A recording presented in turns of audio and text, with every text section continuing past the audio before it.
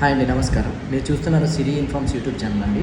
మనకి 2026-27 సంవత్సరానికి గాను కనీస మద్దతు ధర అనేది ప్రకటించడం జరిగింది.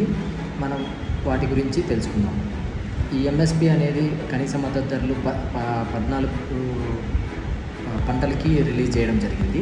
దాంట్లో కొన్ని వాటికి మనం ఎంత పెంచారు ఏంటి అనేది తెలుసుకుందాం. ఫస్ట్ పత్తి చూసుకుంటే గిన మీడియం స్టేపుల్ అంటే గిన చిన్న స్టేపుల్ రకానికి అయితే గిన 7,710 రూపాయల నుండి 8,267 రూపాయలు పెంచారండి. అంటే మనకు 557 రూపాయలు పెంచారు.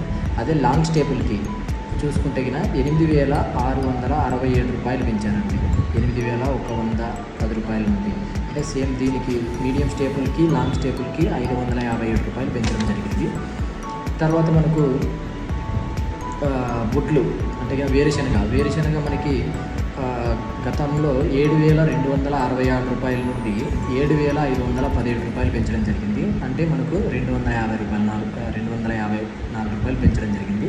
అదే మనకి ప్రొద్దుతిరుగుడు అంటే కుసాలు అంటారు కదా, గుడ్లు, వాటికి ఎంత పెంచడం జరిగిందంటే 7,721 రూపాయల నుండి 8,343 రూపాయలు పెంచడం జరిగింది. అంటే 622 రూపాయలు పెంచడం జరిగింది.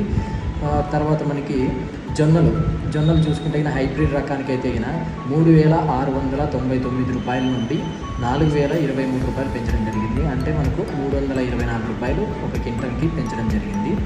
అదే మనకి సజ్జలు చూసుకున్నట్లయితే 2,775 రూపాయలు నుండి 2,900 రూపాయలకి పెంచడం జరిగింది ఒక క్వింటాకి. అంటే మనకు 125 రూపాయలు పెంచారండి.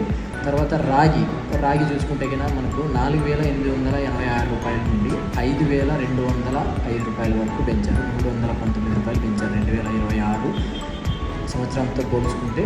ఈ సంవత్సరానికి 2026-27 సంవత్సరానికి గాను కనీస మద్దతు ధరలు ఇవి.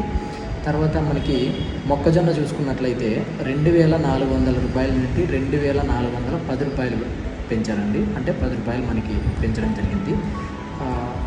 మెయిన్గా మన ఆంధ్రప్రదేశ్ తెలంగాణలో కవర్ చేసినట్టు అనుకుంటున్నాము. ఇంకో మనకి సోయాబీన్ అనేది 5,328 రూపాయల నుండి 5,708 రూపాయలకి పెంచారండి ఒక క్వింటల్. అంటే మనకు 380 రూపాయలు పెంచడం జరిగింది.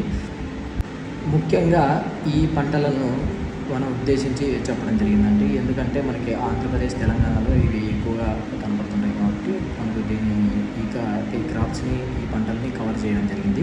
ఇంకా మీకు ఏమైనా కావాలనుకుంటే కనుక మెసేజ్ కామెంట్ చేయండి, నేను రిప్లై ఇస్తాను.